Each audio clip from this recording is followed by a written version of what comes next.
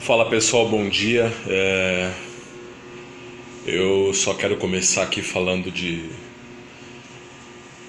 uma obra que eu tenho um grande carinho, um grande respeito. Esse livro é uma obra de Platão, um dos diálogos de Platão, chamado Fedro, está aqui. Eu recomendo, insisto em recomendar para as pessoas, principalmente para as pessoas que eu mais amo, para as pessoas que eu vou encontrando ao longo da minha vida, que eu dou um certo grau de importância. Eu recomendo sempre essa obra, porque eu acho essa obra aqui, que vocês estão vendo, magnífica.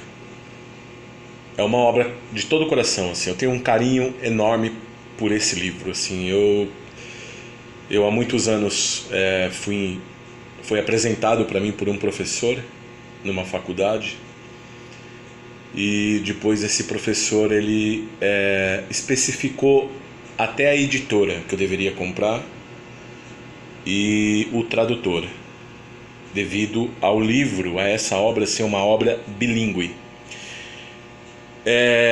O que eu quero dizer para vocês é o seguinte: esse livro, se você for fazer uma leitura dele, tá? Se você abrir esse livro, qualquer parte aqui, você vai descobrir que de um lado desse livro ele está escrito no grego original, no grego que Platão escreveu a obra, e do outro lado a língua portuguesa, o português. O livro todo é composto dessa forma, por isso bilíngue. O que significa que esse livro não passou por traduções como inglês, como francês.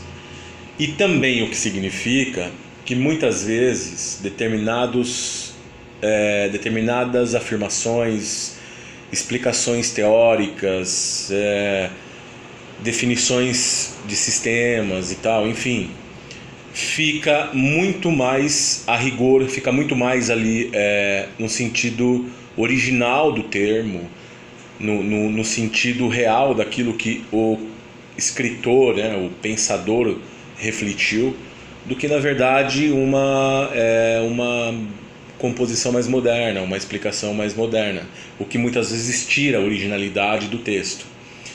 E eu creio que esse tipo de livro, onde você vai trabalhar com intelectualidade, porque é fato que isso é uma leitura intelectual para um entendimento do pensamento, enfim, de como as coisas se transformam dentro de uma estrutura civilizatória, sempre através do intelectualismo, você precisa respeitar, sim, isso. Isso precisa ser, inclusive, uma das primeiras coisas que você precisa considerar. Então, está aqui Fedro, um dos diálogos de Platão, traduzido aqui por Carlos Alberto Nunes, é o melhor tradutor para esse tipo de composição. Tá? A editora é essa aqui, quem tiver interesse em comprar. O que esse livro fala, gente? Esse livro aqui, cara, ele fala basicamente sobre Eros, o deus do amor. Poxa, mas o que isso tem a ver com toda essa propaganda que eu estou fazendo? Esse livro fala sobre como as estruturas começaram a se formar com relação ao pensamento do que vem a ser o amor. Introdução da civilização. Todos os grandes poetas que você conhece, todos os grandes escritores, todos os grandes pensadores, romancistas, tiveram que passar por esse livro. William Shakespeare, se você pegar mesmo aí os mais radicais, os chamados escritores malditos, os simbolistas, enfim, se você pegar Baudelaire, Rimbaud, William Blake, enfim, se você pegar Fernando Pessoa, Luís de Camões, todos tiveram que passar por esse texto aqui, por essa obra.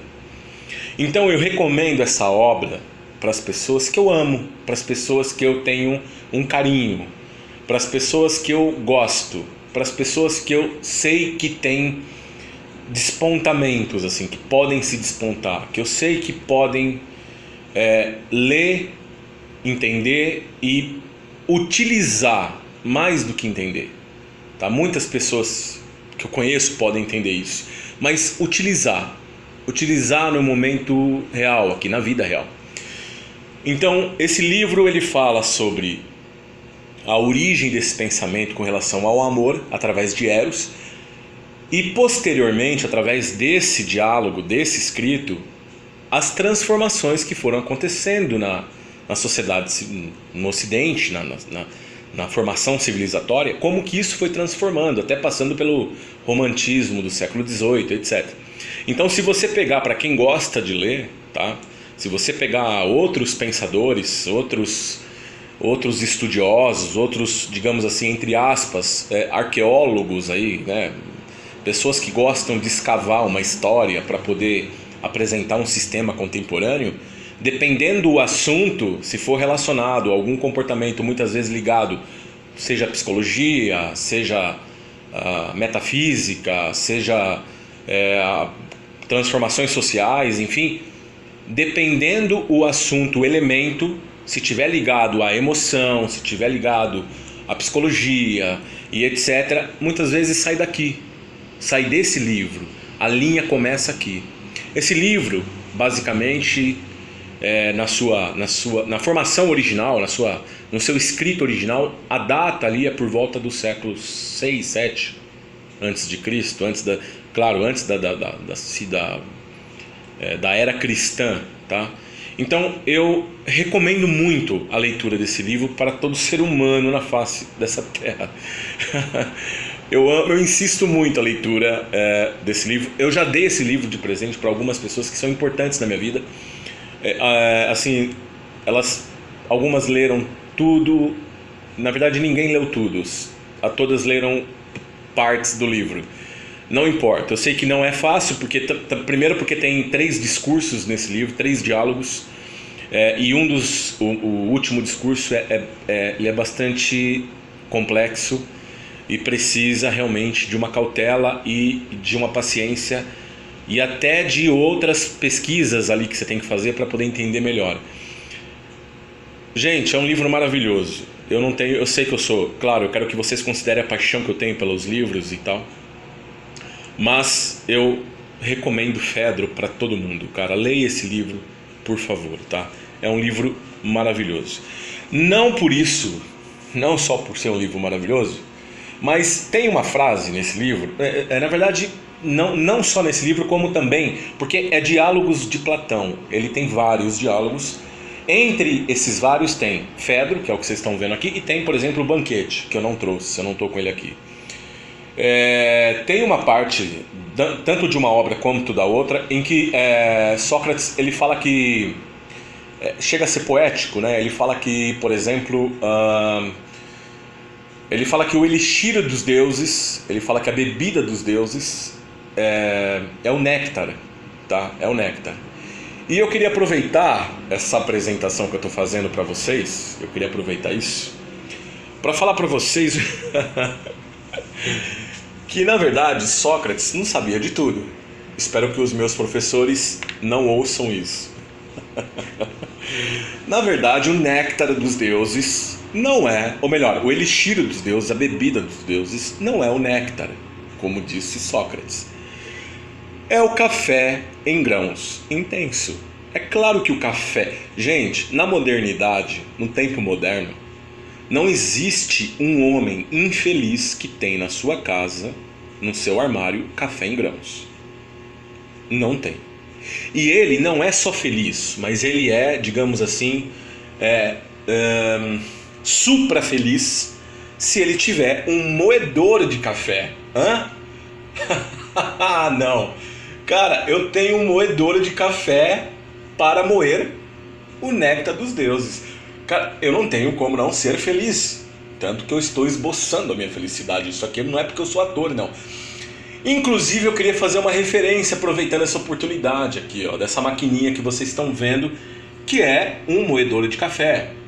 É graças para vocês que consideram aí as questões teóricas, os pensamentos, as formulações intelectuais, coisas que não são funcionais na vida atual, daí, no seu momento.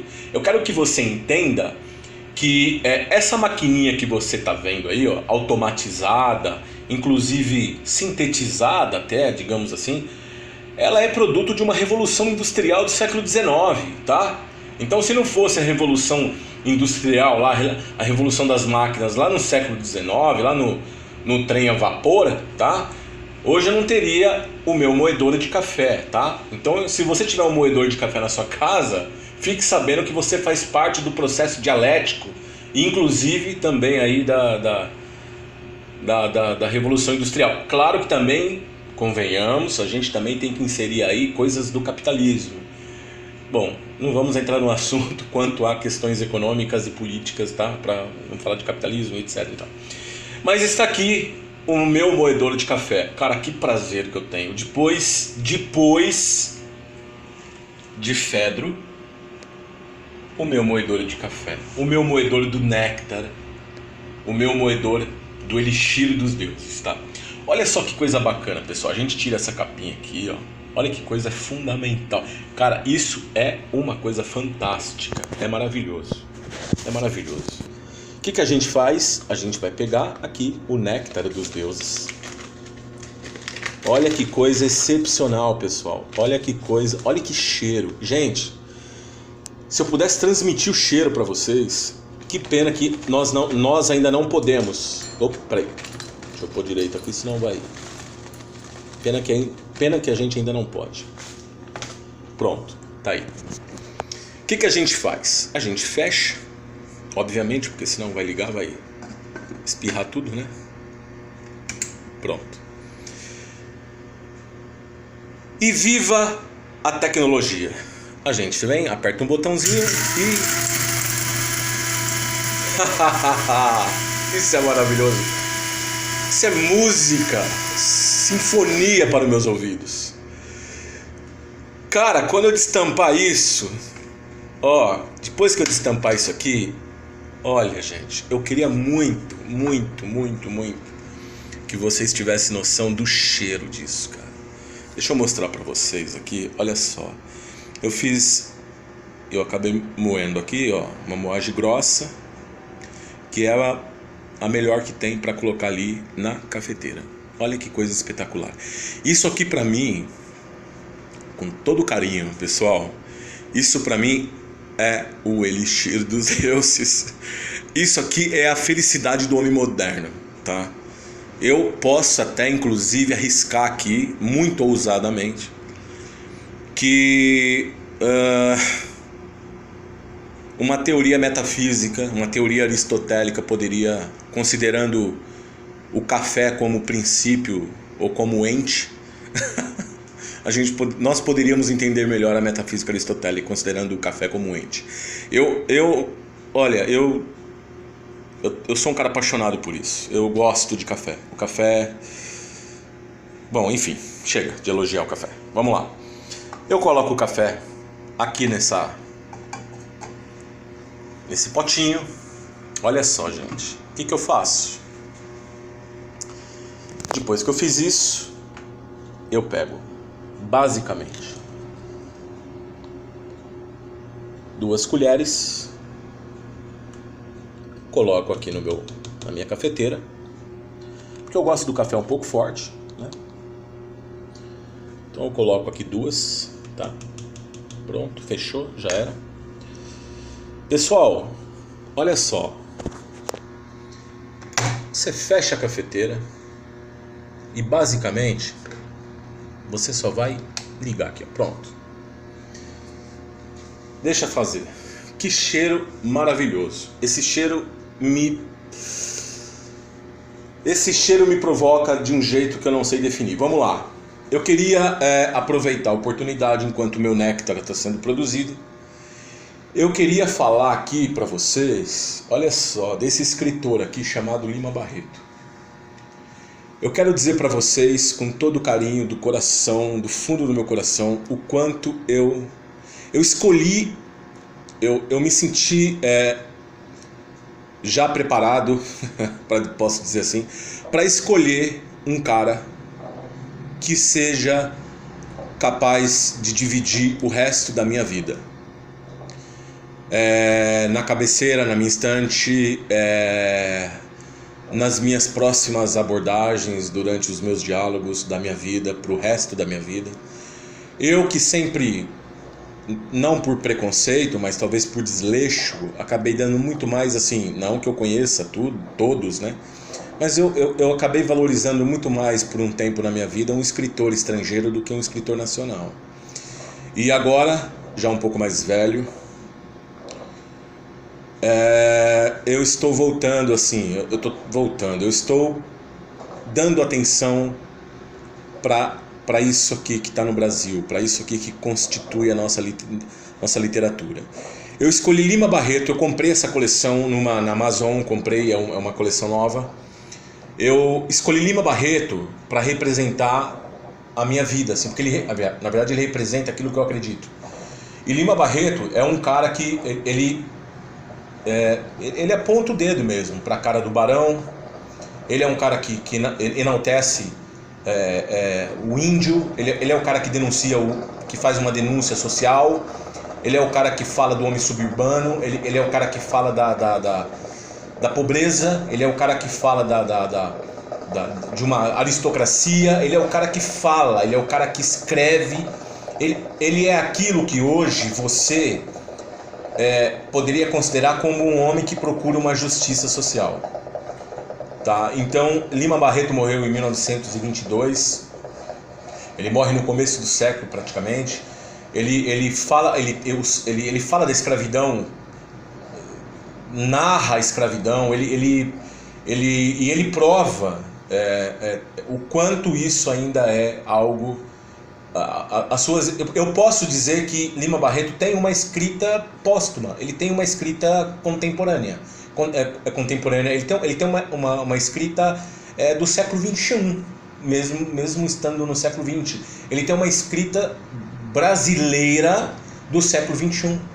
Ele tem uma escrita política do século XXI. Ele escreve exatamente o que está acontecendo no Rio de Janeiro de uma maneira quase idêntica, quase uma narrativa pessoal, assim. Ele é um cara que eu vou considerar Lima Barreto como o meu mártir, assim, o cara que eu vou me sentir representado na literatura. É esse cara aqui, tá? Então, eu terminei de ler, na verdade, o Diário de Hospício, vou começar o Cemitério dos Livros. E que tá tudo junto, né, praticamente. E eu tô no volume 2, mas como é tudo muito separado, eu ainda não li o volume 1 nem o volume 3. Então eu escolhi o volume 2 pelos tipos dos textos e tal, etc. Enquanto isso, pessoal, meu café aqui, ó, olha só que coisa mais maravilhosa do universo. O meu café já está pronto, inclusive com o meu leite em pó que eu coloquei.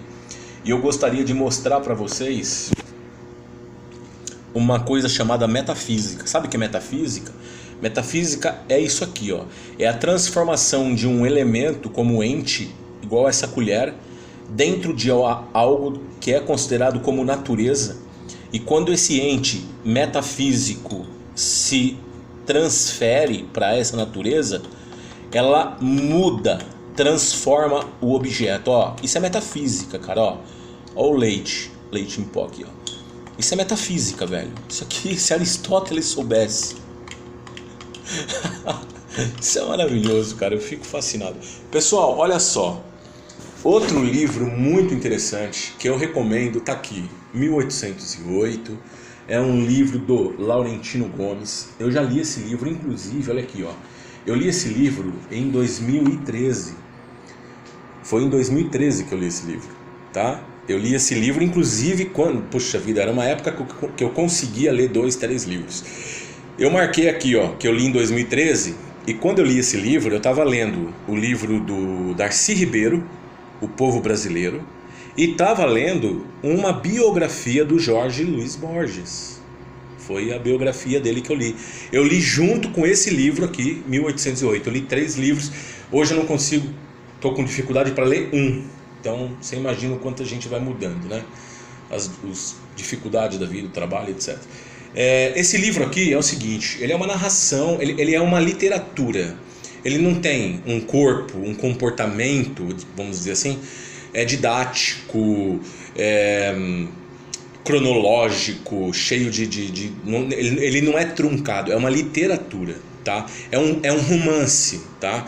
Então você vai ler como que a família real chegou ao Brasil, aqui fugindo de Napoleão Bonaparte, mas de uma maneira divertida, de uma maneira extrovertida, trágica ao mesmo tempo, sem perder o valor da historicidade. Cara, eu recomendo muito essa leitura para quem tem interesse nesse tipo, né, claro, de leitura. Fora isso, pessoal, enquanto o meu café ali caramelizado está me aguardando, tá, minha metafísica aristotélica ali, eu queria falar de uma pessoa que inclusive está no meu Facebook. Há muito tempo eu não converso com ele. Ele é um amigo que trabalhou comigo há muitos anos. Eu respeito muito, tenho um grande carinho por ele, tá?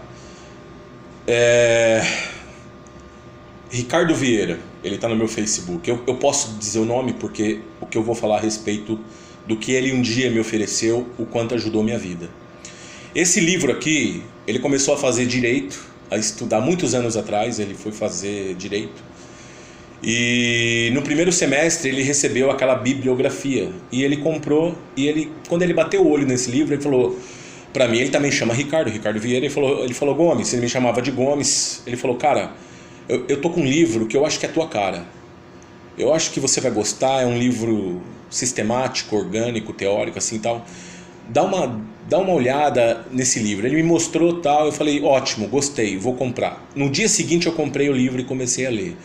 Pessoal, esse livro que está aqui, eu não só li, como eu estudei esse livro. Ele é um livro, não é tão grosso, mas eu não só li esse livro.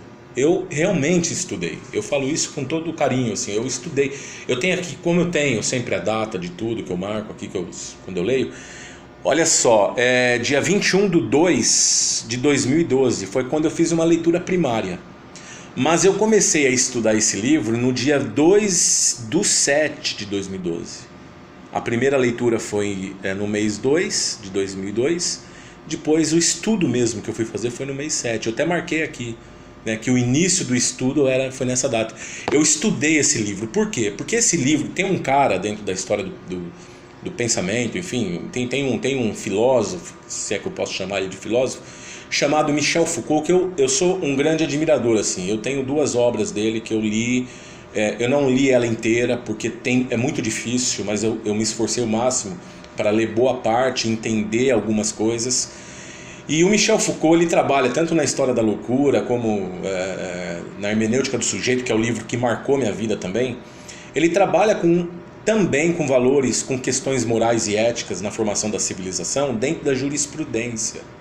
E esse livro, Ricardo, me ajudou muito, cara. Esse livro é um acessório, foi um acessório fundamental na minha vida. Eu nunca vou me esquecer desse livro e nunca vou me esquecer de você, cara, do que você fez. Quando você um dia, talvez sem saber o quanto me ajudaria, você chegou pra mim e falou assim, olha, compra esse livro aí, ó, esse livro aqui é bom. Cara, comprei, e esse livro realmente, para quem dá valor na leitura como eu dou, para quem se interessa pelo conhecimento, pelo menos pelo estudo ali metodológico da coisa e tal, é claro que eu não tenho tantos resultados como eu gostaria, eu tenho muito mais gosto e vontade do que a solução dos problemas, o resultado positivo, enfim. Esse livro me ajudou muito, por isso eu fiz questão de trazer ele aqui hoje comigo para falar a respeito dele. Me ajudou muito. Esse livro basicamente é isso que está escrito, é a história do direito na formação ocidental, como que acontece. Mas assimilando com outros pensadores, com outras pessoas que eu leio, esse livro foi de uma utilidade profunda, assim. Então eu quero te agradecer, cara, a Ricardo Vieira, quero te agradecer pela oportunidade do que você me ensinou, me concedeu. Bom, depois disso, pessoal, para passar logo isso aqui e eu tomar o meu café, que já está ali aguardando, eu vou apresentar três obras aqui, tá? Os 3 livros que, basicamente são as mesmas coisas, mas eu quero fazer uma ressalva, tá? Ao longo da minha vida foram pouquíssimas pessoas, que um dia chegaram para mim e falaram, qual é o livro que eu inicio para começar a estudar a filosofia? A história da filosofia, não a filosofia. Porque existe uma diferença entre você estudar a história da filosofia e a filosofia enquanto sistema. Bom, basicamente, o basicão aqui é esse livro aqui, Coleção Os Pensadores. Essa edição que eu tenho é de 1999. Então eu sempre recomendei isso aqui, ó. Pronto, leia aqui Os Pensadores, os pré-socráticos aqui e tal. Você vai começar a entender um pouquinho dos sistemas também, mas também essa história da filosofia. Tá. Um outro livro básico aqui também, que eu coloco, vamos dizer, como segundo lugar aqui, antes desse clássico, é do Giovanni Reale, História da Filosofia, pagã, antiga, tá aqui. Tá? Ele também muito minucioso, muito detalhista na construção da história da filosofia. Tá? Mas, e aí eu peço desculpa para quem já conhecia esse autor, porque eu não conhecia, não sabia da existência dele há 8 anos atrás. Foi há 8 anos atrás que eu me deparei com esse escritor aqui, tá? Esse Theodore Gomperz aqui. Eu me deparei com esse cara numa busca pela internet e eu comprei. Ele tem 3 tomos, tá? 1, 2 e 3, são 3 livros falando sobre a filosofia antiga. Mas eu nunca li nenhum cara como esse cara aqui, que tem a minuciosidade. Esse escritor aqui, ele consegue falar de todos os filósofos pré-socráticos, Parmênides, Tales de Mileto, primeiramente, Parmênides, Anaxágoras, Anaximandro, Heráclito e etc. Ele consegue falar de cada um desses pensadores pré-socráticos, mostrando a diferença sistemática dos pensamentos desses homens, tá? Da construção teórica desses homens, mas não só como diferença filosófica. Não só como diferença filosófica, como esses outros fazem. Ele apresenta elementos como, por exemplo, geografia. Ele apresenta elementos como, por exemplo, uma construção, uma educação familiar. Então eu tive uma sensação com esse autor aqui, de que ele foi capaz, ele também é arqueólogo, ele também é considerado arqueólogo, ou melhor, ele é um arqueólogo. Então assim, ele é capaz de poder explicar para você numa obra por que um pensador trabalha com determinado conceito, que possivelmente ele trabalha em oposição a um outro pensador, não pela filosofia, mas muitas vezes pela localização geográfica. Pelo fato dele estar vivendo em um determinado modelo de sociedade, ele é capaz de entender que determinada coisa natural se forma na medida de sua visão, enquanto um outro pensador tem uma visão de mundo completamente diferente, porque ele teve uma educação diferente, não pela formação filosófica. Ou seja, enquanto esses pensadores que estão aqui, esses 2 livros, sistematizam, explicam a sistematização pela própria filosofia, porque um pensava de um modo considerando a água como a arqué das coisas, e o outro considerava o fogo como arqué. Na verdade, esse pensador também faz isso, só que ele diz, provavelmente a água como princípio de todas as coisas era utilizado porque ele morava, ele habitava, ele vivia, ele se relacionava, ou seja, ele traz quase, com muita dificuldade, quase que um conceito biográfico dos pré-socráticos. Então assim, eu recomendo, antes desses livros, eu recomendo essa obra aqui, tá? São 3 livros, 3 tomos, 1, 2 e 3, que fala sobre filosofia antiga. Então é isso. Eu gostaria de finalizar então aqui, mostrando para vocês, agora são 5 horas da manhã, eu não consegui aproveitar muito a noite para ler. Vou tomar meu café que já está esfriando, eu não gosto de tomar café frio, bom, ninguém gosta eu acho. Vou finalizar aqui com esse cara que vocês estão vendo, essa música que vocês estão lendo, tá? Esse cara aqui, essa música, ela tem um significado muito importante na minha vida e significa muito assim, a questão poética, a questão literária, e eu gostaria de dividir com vocês enquanto eu tomo meu café. Então é isso, muito obrigado pelo tempo e vamos ouvir um pouco de The Doors.